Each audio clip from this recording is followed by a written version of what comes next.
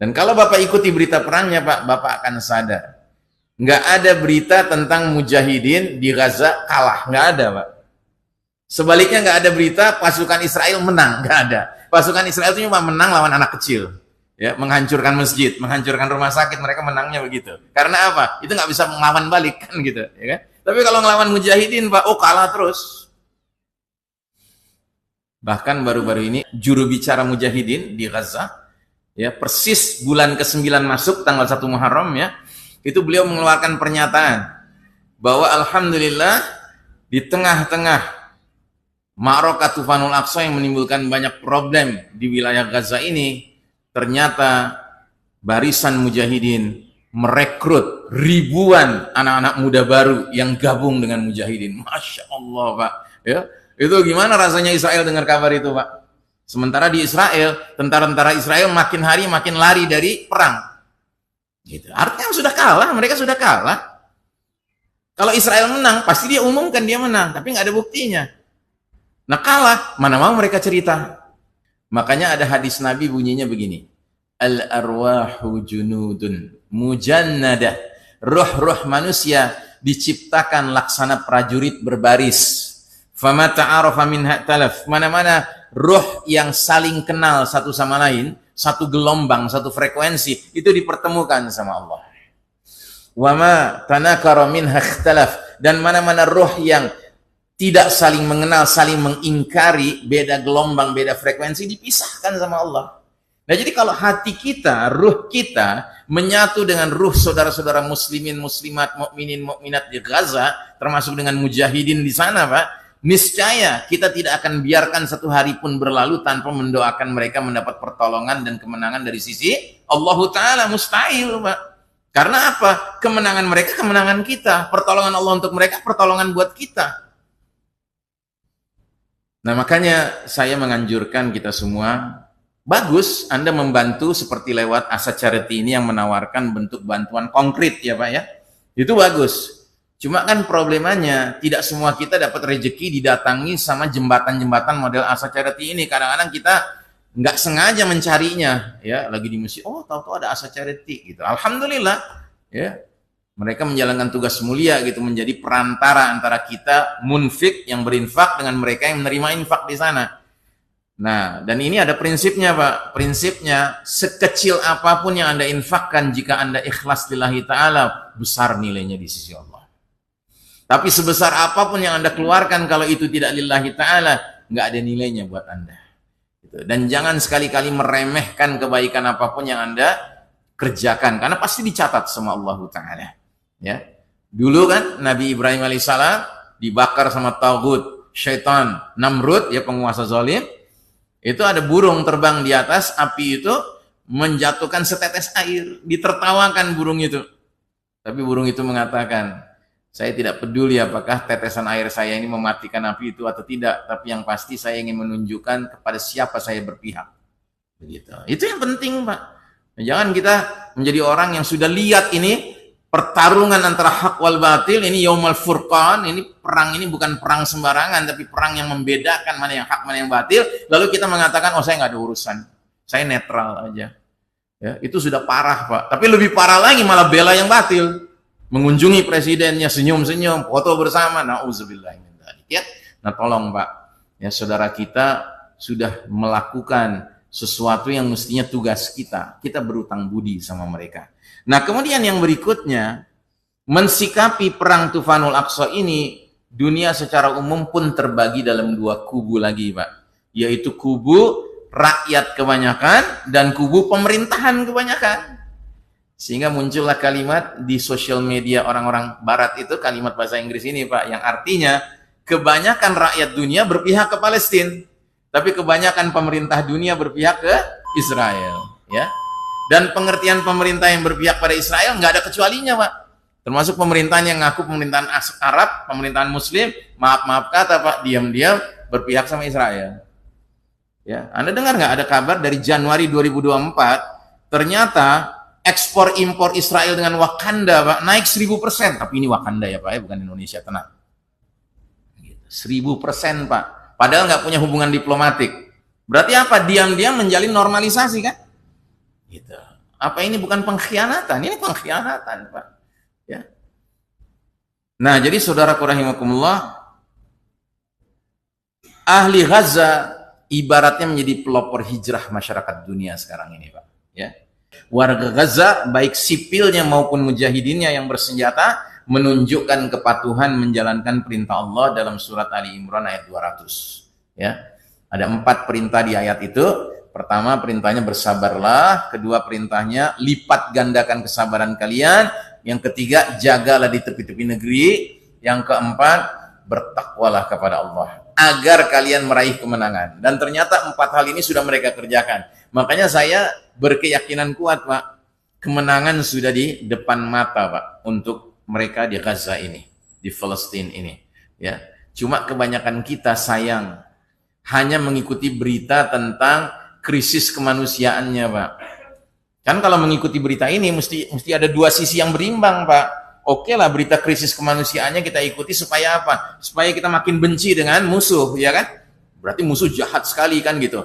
Cuma kalau terus-terusan berita ini saja yang kita ikuti, lama-lama kita jadi pesimis. Akhirnya kita jadi kecil hati, lama-lama merasa tidak berdaya. Ujung-ujungnya, udah deh saya nggak mau dengar lagi, nggak tahan saya. Sadis betul ini Israel, kan gitu. Padahal ada berita satu lagi, Pak, yang penting kita ikuti. Berita apa? Berita perangnya, Pak.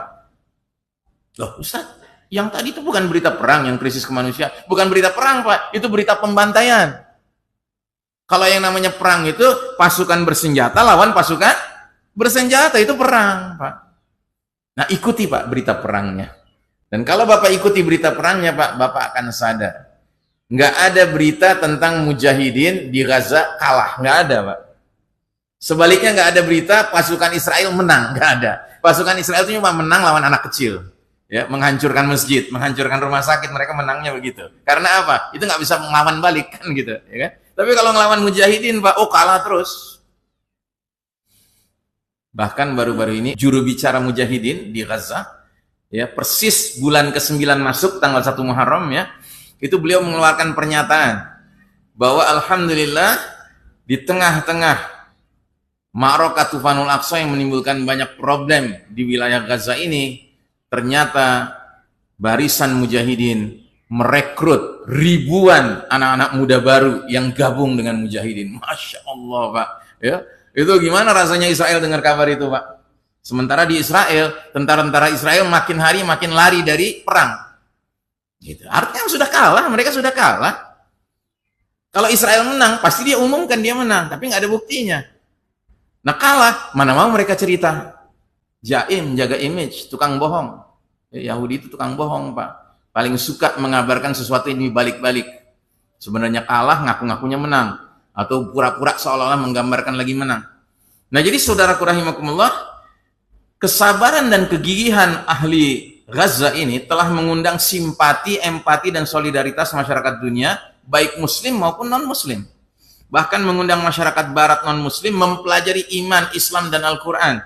Puncaknya sampai menyebabkan berbondong-bondongnya masyarakat barat non-muslim memeluk agama Allah, Islam ini. Inilah puncak kemenangan, Pak. Makanya saya sering kalau ditanya, ini gimana nih Palestina, menang apa enggak? Sudah menang.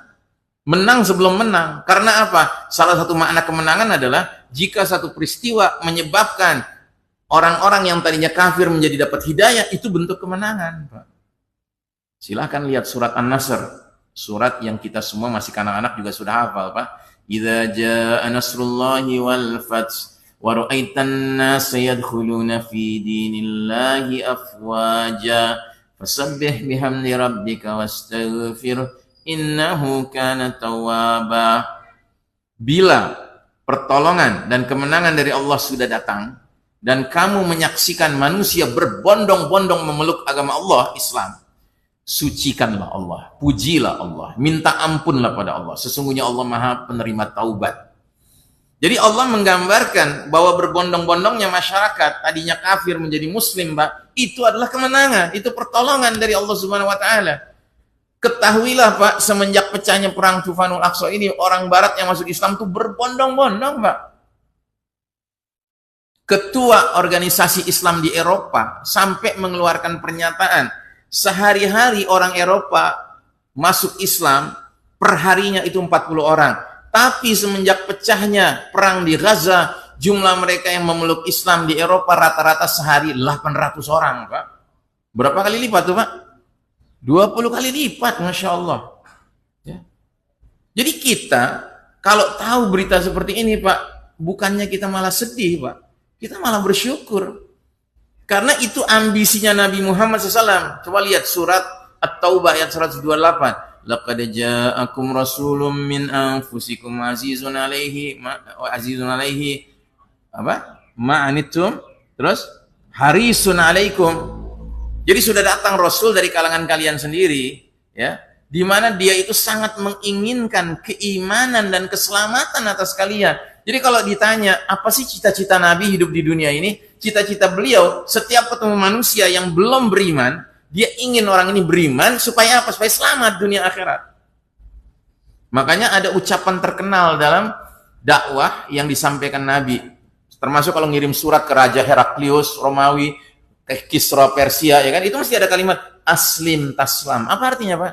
Masuk Islamlah engkau, niscaya engkau akan selamat dunia dan akhirat.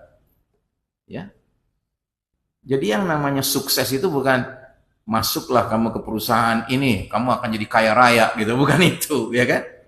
Yang namanya kesuksesan hakiki itu adalah masuklah kamu ke dalam Islam, kamu akan selamat dunia dan akhirat. Itu jaminan dari Nabi, jaminan dari Allah.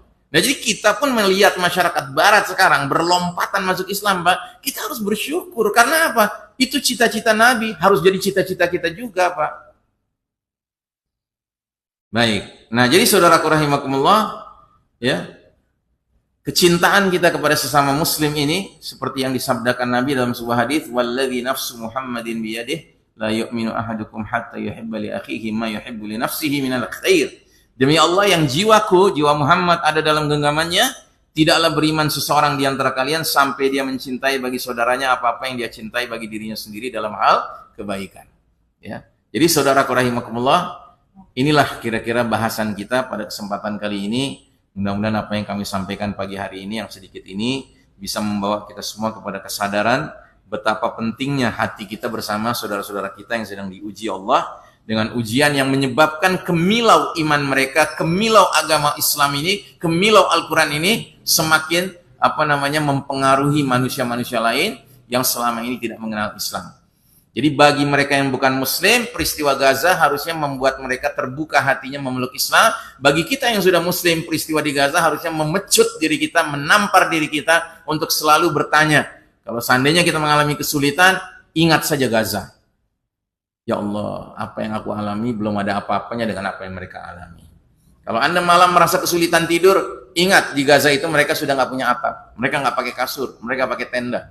Kalau Anda sedikit kesulitan makan, kesulitan beli beras, ingat di sana mereka kesulitannya sudah berbulan-bulan untuk makan, untuk minum. Ya, jadi ini peristiwa adalah hadiah dari Allah untuk menyadarkan kita masih jauh sekali Pak dari ruhul hijrah, dari spirit untuk hijrah. Sementara mereka sudah di baris terdepan hijrah. Bahkan hijrahnya sudah sampai ke tingkat bukan saja melaksanakan perintah Allah yang umum, larangan Allah yang umum, tapi bahkan sudah sampai ke puncaknya ajaran Islam, apa itu? Al-jihadu fi sabilillah. Ya. Maka sebagai penutup, khusus bagi kaum laki-laki, kami bacakan hadis Nabi yang berbunyi, "Man mata walam yaghzu walam yuhaddits nafsahu bi ghazwin mata syu'batan minan nifaq." Yang artinya, barang siapa meninggal tidak pernah berperang di jalan Allah, tidak pernah menyatakan dalam hatinya keinginan untuk berperang di jalan Allah, dia mati dalam salah satu cabang kemunafikan, Pak. Jadi kita ini kaum laki-laki beriman, Pak, ya, sadar tidak sadar wajib menanamkan dalam diri bahwa kita siap berperang jika perang itu muncul medannya, Pak. Ya, tapi kita bukan orang yang suka cari gara-gara, bukan. Kita nggak boleh jadi provokator, nggak boleh. Cuma kalau medan jihad sudah muncul ya, ayo. Gitu. Makanya kembali saya ingatkan, bagus Anda kirim dana lewat Asa Charity, lewat lembaga lainnya, ya kan, kepada saudara-saudara kita di sana.